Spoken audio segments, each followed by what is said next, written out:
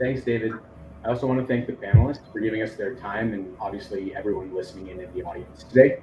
I'll start by introducing myself. My name is Ray, and I'm currently the head of trust and safety at IRL.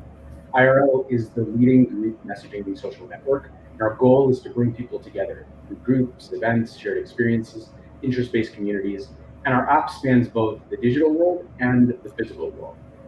Prior to IRL, I was the head of trust and safety at PixArt, which is a photo and video editing platform, not to be confused with Pixar, the movie company.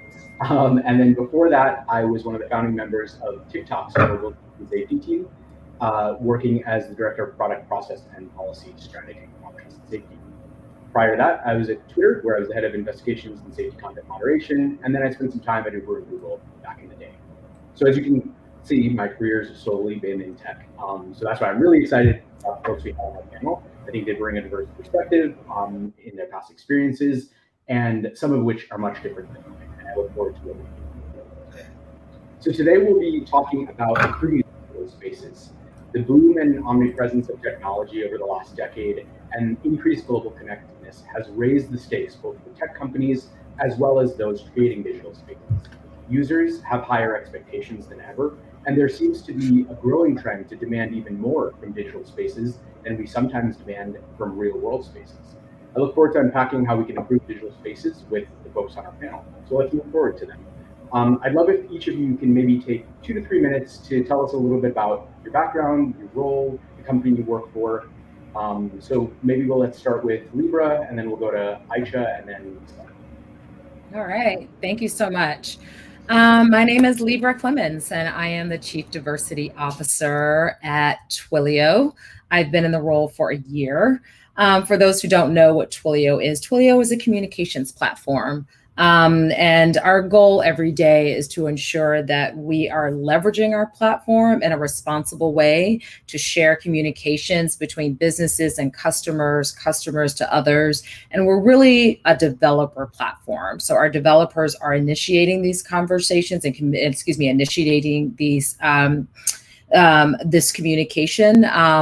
And I'm excited to be here because I think the digital space for our company is super critical to the work that we're doing. And more importantly, as the Chief Diversity Officer, my goal every day is to wake up and ensure that we are becoming the most anti-racist organization that we can. And so part of that has to do with ensuring that our space is a free space, that there is privacy issues that we're concerned about, that there is some responsibility as people are communicating using our platform. Of course, we'll get into more details about our work, but that is enough about me. And also my pronouns are she and her.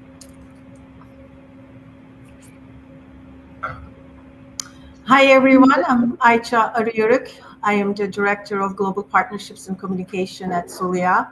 Soliya is an international non-for-profit organization that sits at the intersection of technology, education, and peace building.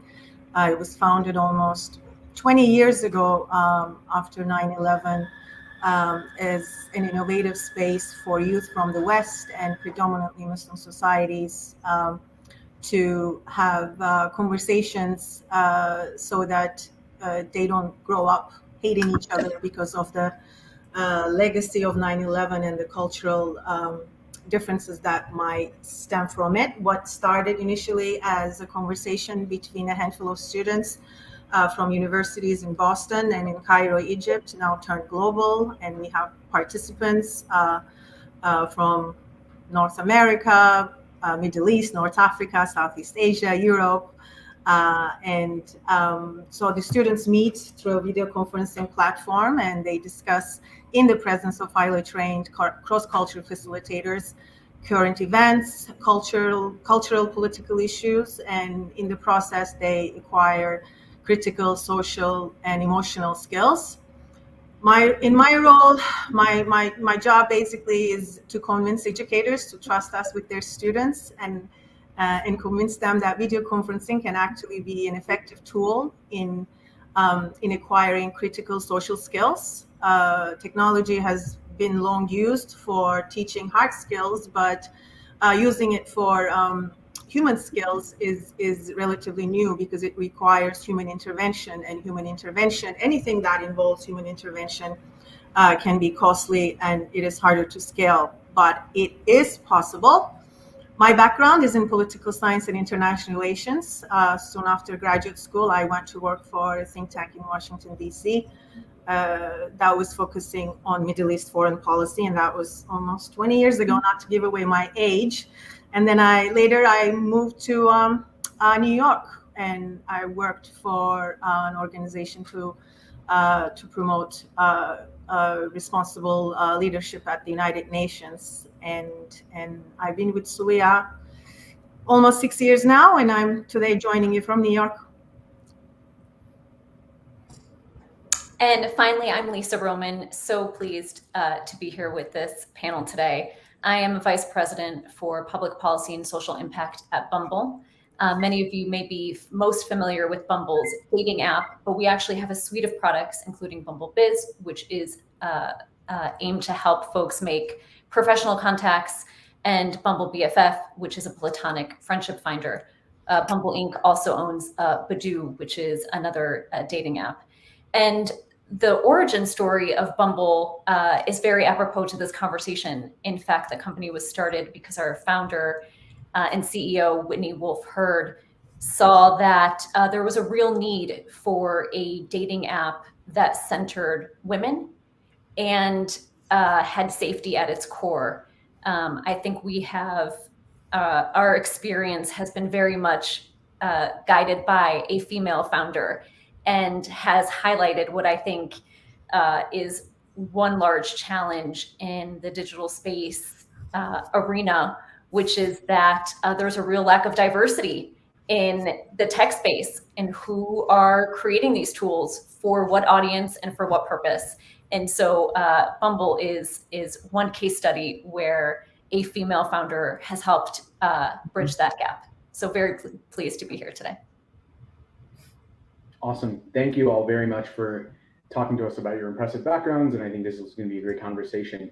Lybra, maybe we can start with you. I'm curious, how your company thinks about digital spaces. Who internally is working on them, for whom are they being created, and then, what role diversity, inclusion, representation, equality play in improving digital spaces. So maybe we can start with you and then go to the rest of the panel on this. Yeah, so a little bit to what I was saying in the intro. I mean, the digital space is really important for us because our platform is all about allowing people to communicate. And so the digital space we operate in is helping organizations connect with their communities and customers on a digital channel. So that also means that our focus is on ensuring there's some responsibility. We want to ensure that there's privacy. We're always concerned about those things, and it's coming up all the time. Like, who is on the platform? Is my information private? Are people able to actually tap into that? And that's all of our responsibilities as a company's responsibility, because part of the goal is to create a communications platform, but we want there to be some safety. And so part of our role in general is to ensure that we're constantly working against those. The other thing is trusted communications. Like, are things that we are sharing really actually the truth? I mean, there's of course a lot of that going on in the news. We're hearing about it constantly, like what's true, what's not. Some tech companies have gone a little further and started to kind of pull people off their platforms. But we're ensuring that we're doing the best that we can to ensure that whatever is on our platform is some sense of truth and trust. And that we have various mediums by which people are actually receiving their information. So whether it's through email, through text, through voice and video, and all of those are being monitored to ensure, back to the point of, there's a safe space, that there's a trusted communication, but also that people are able to feel like their information is private. And so that is really important and core to who we are and what we're about. From a diversity perspective, our team is working with everyone. I sit on the executive committee to ensure that the way that we are driving our work, what we are offering on our platform, is aligned with our values of becoming an anti-racist company. it is for sure a journey. So everyone's kind of taking a contributing to ensuring that there is equity on our platform. We may not always agree with everybody's point of view. This isn't about monitoring points of view, but we want to ensure that there is equity, and we have that as kind of top of mind in terms of how we're monitoring and actually driving our work through a digital space. Ayca, how about you and your organization? Like, who are the digital spaces you're creating for? How do you internally work to create these, and what role does diversity and inclusion play in that? So we have a custom digital space for our participants, asynchronous and synchronous communication. Their exchanges led by trained facilitators, as I mentioned before. And we are a non-for-profit organization. Our mission is to prepare the new generation with the kind of skills that they need in order to thrive in this hyper-connected yet very different world. Diversity and inclusion is at the heart of what we do. Basically, what it comes down to, for advanced technologies, we need advanced humans. I think we've evolved quite a bit in the real world, in the physical space, but I like to think of ourselves that we're at the very early stages of our evolution when it comes to digital spaces. We are just trying to put two stones together and create fire from the friction, and we're just learning about privacy and about our rights online and how algorithms works and how our brains react to that. And actually learning how to communicate with each other in a civilized way online without screaming and throwing stones at each other, and sometimes turning violent when we feel a threat to our identity and our values. Talk about online hate, online extremism. These are harmful to say. These are harmful to say would be understatement, but there's a reason that extreme views and ideas turn violent online, and they became a safe harbor online. So what we do is we prepare them to deal with the difference when they face a difference online, the kind of skills that they would need in order to overcome those differences. And I think I sort of see it as that we are working our way through a global shock, because we have experienced this different people, different colors, different religion, different value systems very quickly and in large scale. We didn't have time to prepare ourselves. We didn't have time to build trust. Humans are social animals, but we're also tribal, and we go beyond our tribe slowly, one dinner at a time, one airplane ticket at a time.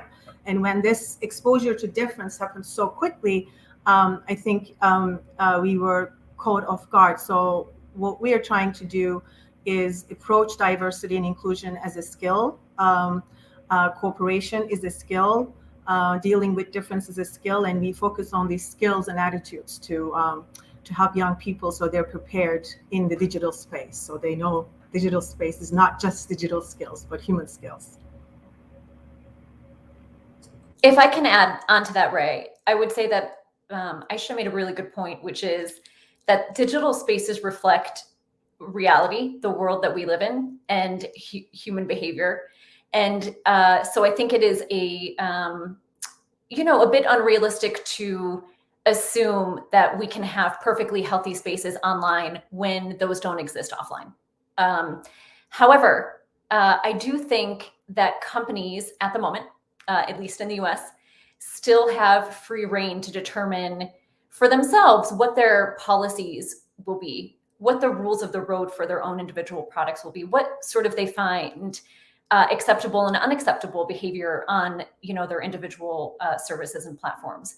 And I think that we have found, at least at Bumble, that we are able to design policies and product features that do help mitigate some of the undesirable behavior that we see in the real world. For instance, Bumble recently rolled out a policy against body shaming.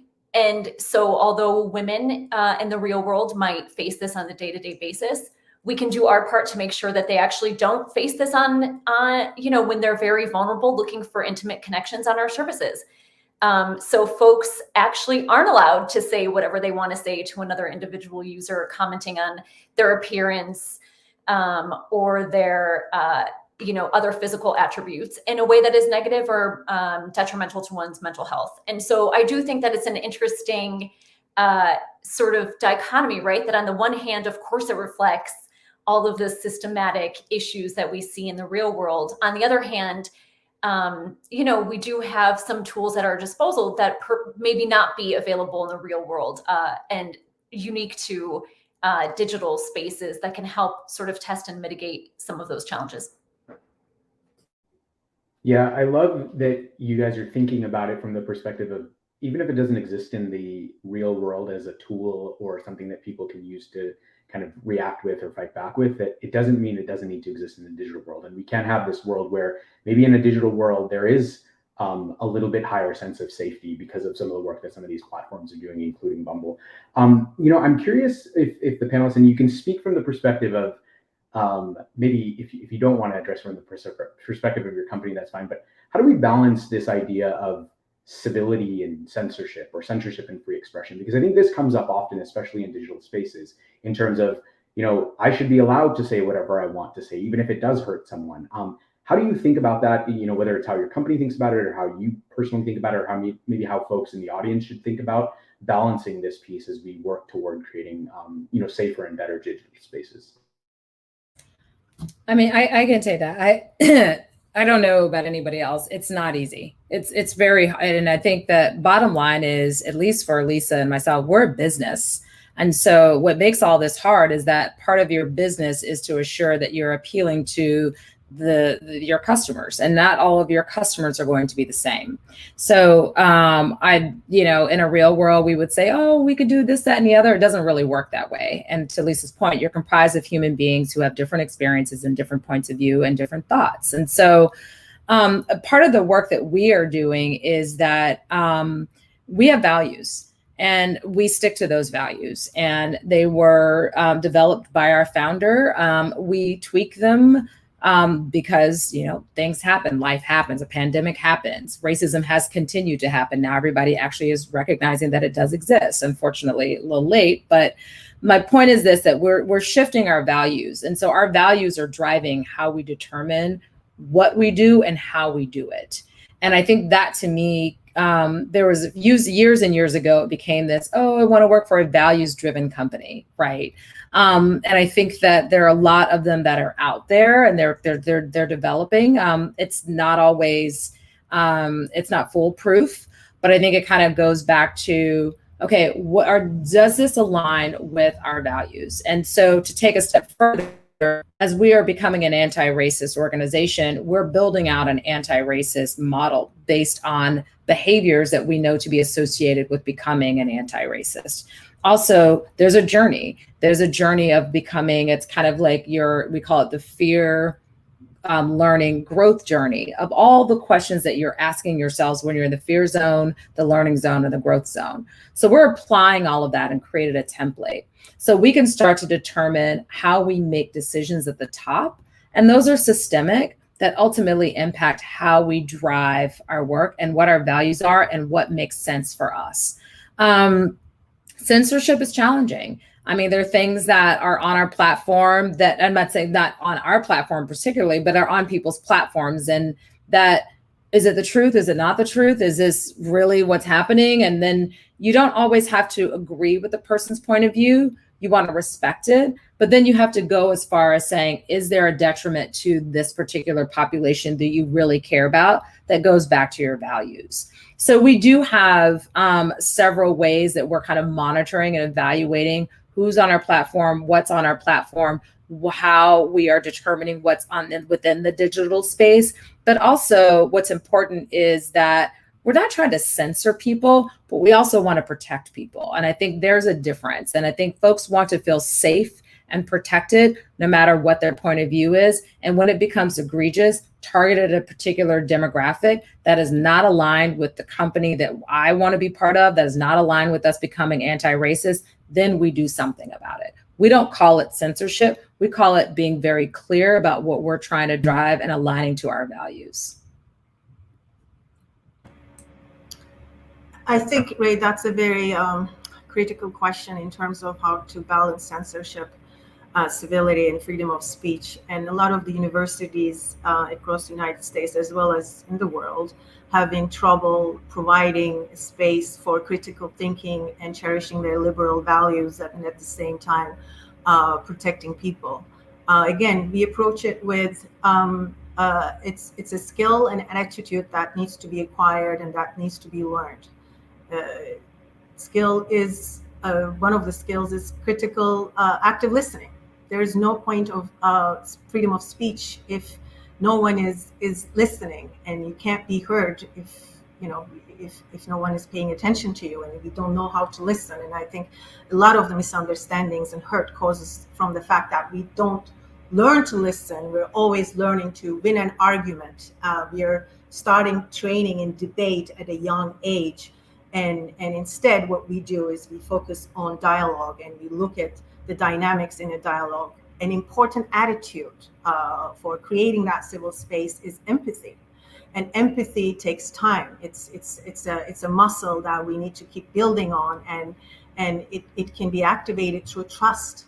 So we don't want to create spaces where everyone is walking on eggshells because you're working with a diverse team, and there are different languages and cultures and religions, and you're so afraid to say what you think because you're going to offend someone. It's not politically correct. It's become really difficult because we are not operating from a place of trust. Again, for that trust to happen, there needs to be some contact. There needs to be some context beforehand. So social media, the instant connections, has removed that context, removed that space that we needed to build trust with one another. So we can speak freely, though. So if I say something that might come off guard, and you know that my intention wasn't really to hurt. But at the same time, people need to, the hardcore freedom of speech advocates need to sort of understand that there's multiple ways of expressing yourself. You can express yourself critically, you can criticize an idea, and you can do that respectfully. You can do that by being mindful of the person that is on the other hand and be respectful of their experiences. And if we were just to look at ourselves and start with ourselves, how can I contribute to a constructive dialogue? And I think it just starts with us. With the skills and attitudes, I think we can do it. I do worry that the we, and I mean the royal we, as in sort of everyone, all the key stakeholders participating in this wider societal conversation, maybe sometimes using too broad of a brush and talking about the internet writ large and all digital spaces at the same time when talking about censorship or what is allowed or what kind of speech should be allowed. And I do, again, coming from a product where folks are at their most vulnerable sometimes, putting themselves out there and trying to make intimate connections and build the most intimate relationships, that perhaps speech that may be appropriate for one platform is not appropriate for ours. And so I do think that this conversation needs to be a little more nuanced as to, getting down to that nitty gritty of, well, we're not talking about all speech and we're not talking about all digital spaces. It has to be tailored and fit for the purpose. Yeah, I love that point. And I think it goes back to what Lybra was saying earlier, which is each platform is different. And if you ground it in what you as a company want to be and what you as a company want to represent to your users and to the world and the impact you want to have on the world, I think that's a really good place to start. I think you're right. Oftentimes, you read critiques of tech or just digital spaces in general, and it does paint it with a broad brush. And it's like, well, everyone is censoring, and it's like, everyone is making the decision and making the choice that is right for their users. And part of that, it's especially based on my experience, and I'm sure some of you have similar experience too. The decisions your company makes, a lot of it is informed by either what your user is telling you or what you're seeing them doing or the abuses that are specific to your platform, not necessarily, hey, this is happening on somewhere else and let's see what we can do for it. It's very specific and it's very tailored. I'm curious, and maybe Lisa, we'll start with you because your platform definitely bridges this both physical and digital world, right? And it starts in the digital world and then it seeps out into the physical world. And even Ayca, your work with students when they leave those meetings, right? They go out into the real world and they change their behavior. And Lybra, some of the companies you guys work with are operating in the physical world. How do you guys think about, or your companies, how do they think about different tools or models or heuristics for digital safety versus physical safety? Is there a different toolbox, toolkit, different thought process? Are you designing for the physical world when you're designing interactions in the digital space? So I'll start. So because we are the entire aim of if we are successful, folks will be meeting in person. And so that is embedded in our decisions with our product from the beginning. And, everything we do is constructed and designed such that, it hopefully makes that interaction in real life happen. And I will say that I think we're unique because we are starting to implement tools that not only provide support for a customer's journey on the internet aspect of developing a relationship, but also partially offline. And so, for instance, we recently made an announcement that we will be partnering with an organization that will provide mental health services and therapy to customers who require it or who seek it out because of a negative experience that they may have had in the real world. And so I do think that is one concrete way and example of how we are thinking about sort of both of these online and offline events at the same time.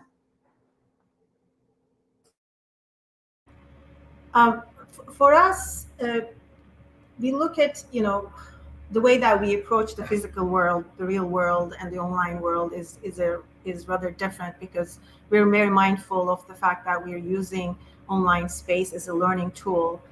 So what we try to do is we try to integrate in our pedagogy, the learning philosophy, so to speak,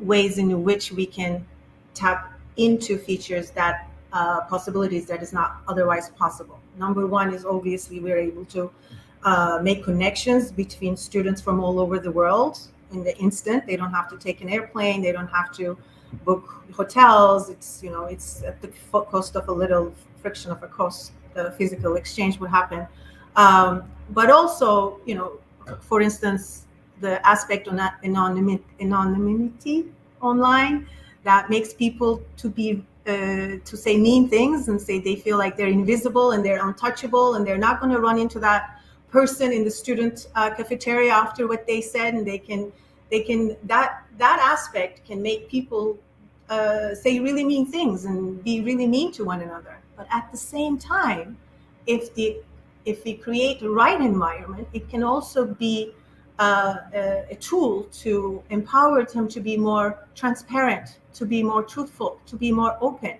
We tell the students all the time, this is your space to ask the questions that you would otherwise be afraid to ask in a classroom to someone who looks differently, who dressed differently, who speaks with a different accent. And that allows them to be a little bit more brave. So for us, we approach the physical world and the online world differently, but creating that safe space, when it comes to creating that safe space, certainly there's a whole lot that goes into protecting their safety and privacy online that can then affect their privacy and safety outside. And one of the things that we do is, we make sure that it's only participants. The rooms are very carefully monitored. We have a lot of participants that are coming in from authoritarian countries that are not as used to speaking their mind as we are here freely.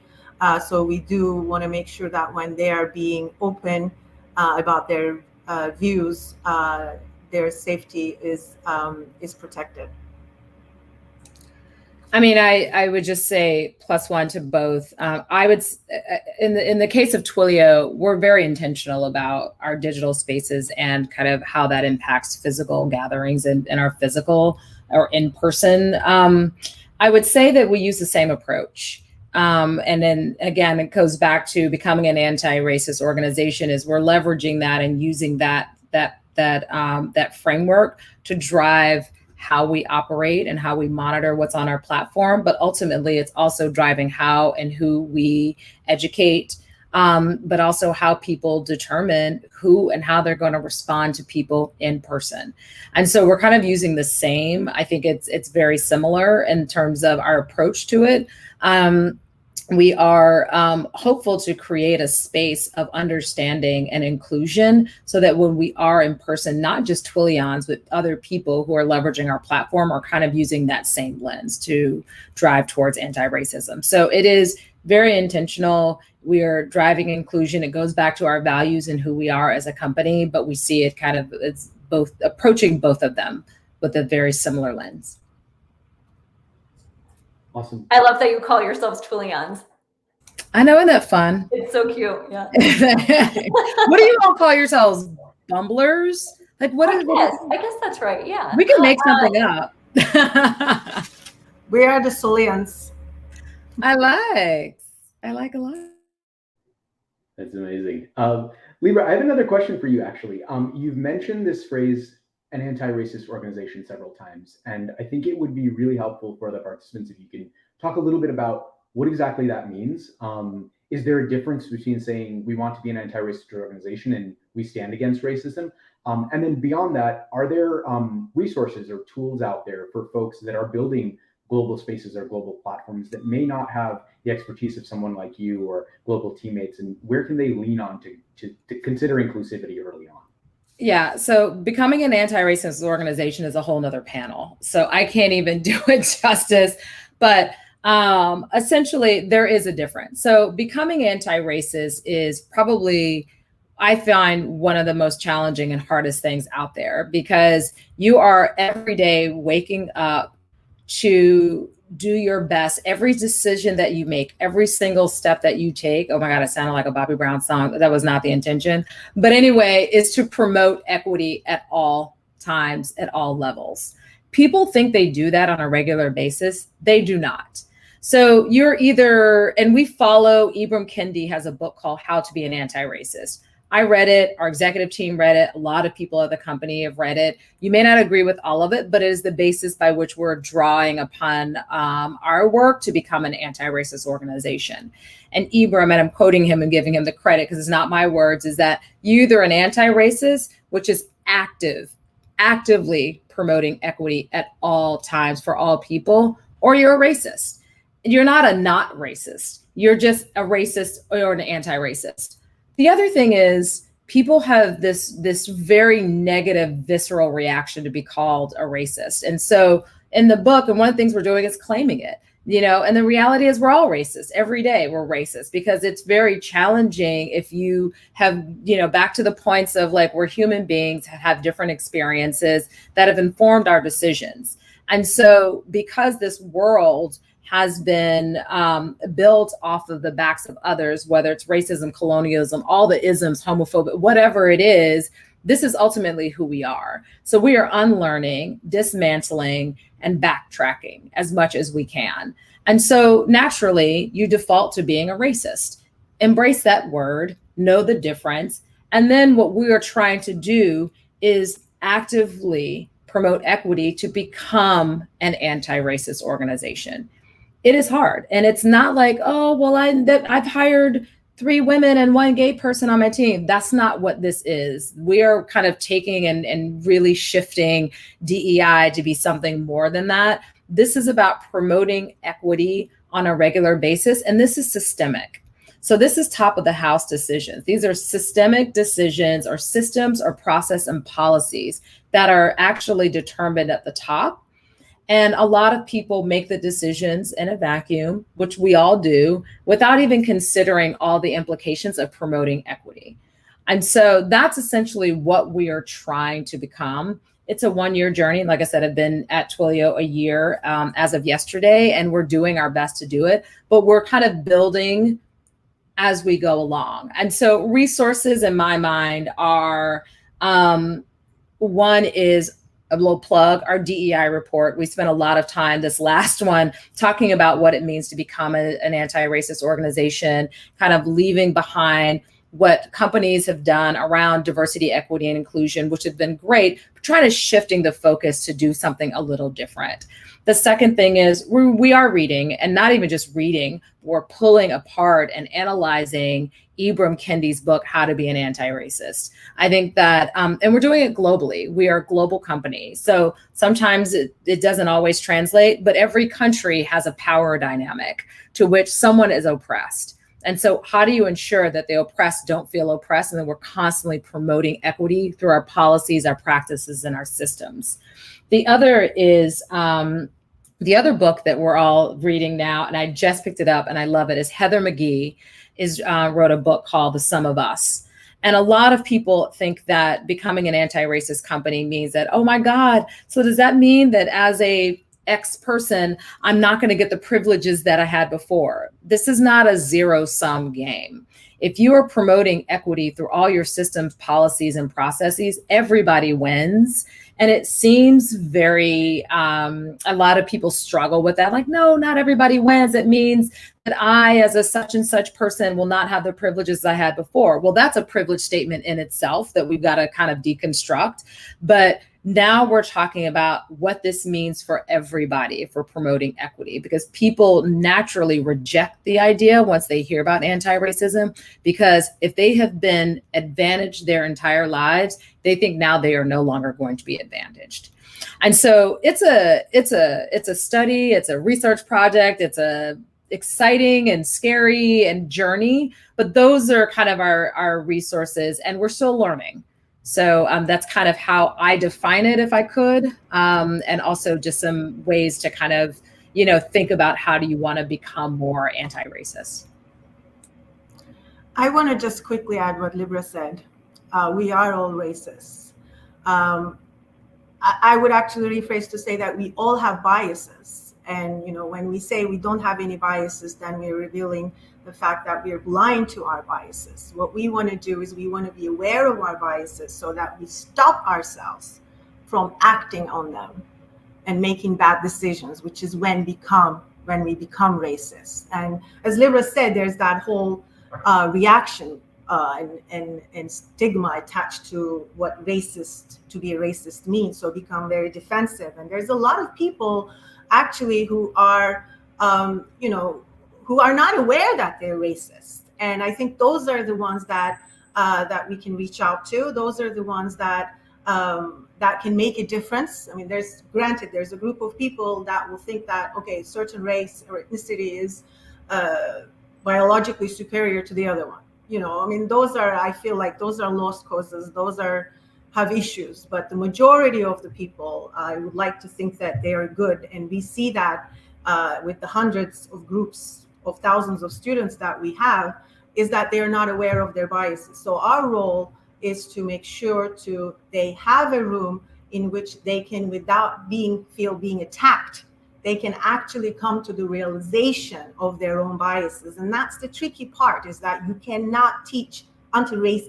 You cannot have a lecture about an hour, have racists come in and leave your lecture becoming a non-racist. It just doesn't thought that way. It needs to, because it requires social and emotional awareness, understanding of our cognitive process, approaching a little differently, and then they have to come to that realization themselves. We cannot force people to become anti-racist. So I think that's why we need to shift the approach in teaching that a little bit and move away from sort of, quick workshops and lectures and things like that. Instead, engage people allow people to have meaningful connections with each other who are different. And there's actually a well-known social psychology called the human contact theory, which says, human contact, if actually facilitated, done rightly, can help you overcome your prejudice when you have that real connection with a person who's different. Yeah, I think, there were so many great pieces of advice or just actionable things that I think all of us on this panel and everyone else listening in can kind of take from this and move forward with, or look into a little bit more and learn. We're coming up on about 4 minutes left of the panel. And I'm curious if we can, we've gotten some of this throughout, but I'm curious if we can go around and, we have a very diverse group of folks listening in, whether it's academics or technologists, trust and safety people, lawyers. Are there any, the question I always like to ask at the end of panels is like, there's so many talented people out here. There's a lot of problems to solve when it comes to this space of digital safety and improving it. What's one problem you see or one thing you see, or maybe it's a skill or a tool or something that needs to be built or developed or done more of, that will help us kind of move this forward? So it's kind of like asking you to leave the panel or the attendees with an actionable thing they can go out there and do or build or work on or investigate a little bit further that will help kind of move us forward.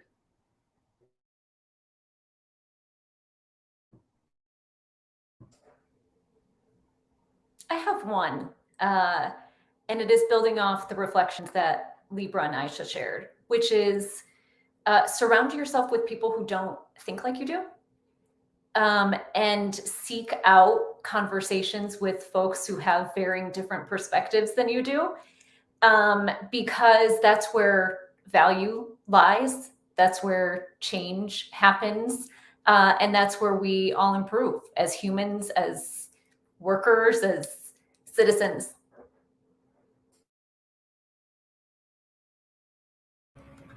I was going to say the same thing. Just get out there and expose yourself to difference. As a matter of fact, the plug is we have an upcoming Global Circle session on the very exact issue, freedom of speech. It's free because it's under a grant. It's funded by, it's supported by Stevens Initiative at the Aspen Institute, which is sponsored by the State Department with funding provided by the US government. So it's free to participate. These are the discussions that we bring, different people from around the world for intimate conversations in small groups. Be a responsible consumer, acquire the skills, the emotional, don't overlook the importance of emotional intelligence, emotional and social skills, and be a responsible employee. If you have the ability to choose, choose to work with companies that align with your values. Be a responsible designer, coder. I think those are the things that will eventually build up the change that's going to come from top down through regulation and through new policies.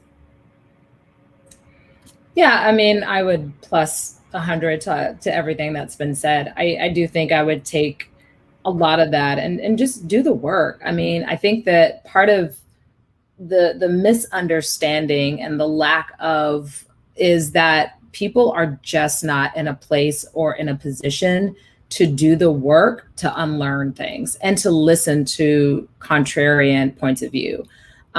We have this initiative at Twilio, which we roll out. We call them safe spaces, which is digital spaces, but it's for our employees who, not everybody's going to agree with everything. And I don't need you to agree, but we really, respect their points of view. And we allow people a very small group of people to come together, talk about a particular issue, talk about a particular initiative or something, and everyone shares their point of view. There are guidelines so that everyone feels heard. But I do think that, and I am forever, guilty of this, of like hanging out with like-minded people. That's fine. And it's exciting sometimes. And sometimes it's very safe, at least as being a Black woman in the past, forever, but mostly in the past couple of years. I do want to surround myself by like-minded people. And other people seem to be overly aggressive, but I do challenge myself to hear other points of view. Not that it's going to shape mine to go that way, but it also allows me to think and also humanize other people so that I have a better understanding of how I can respond and the decisions that I make to ultimately make me a bit more responsible.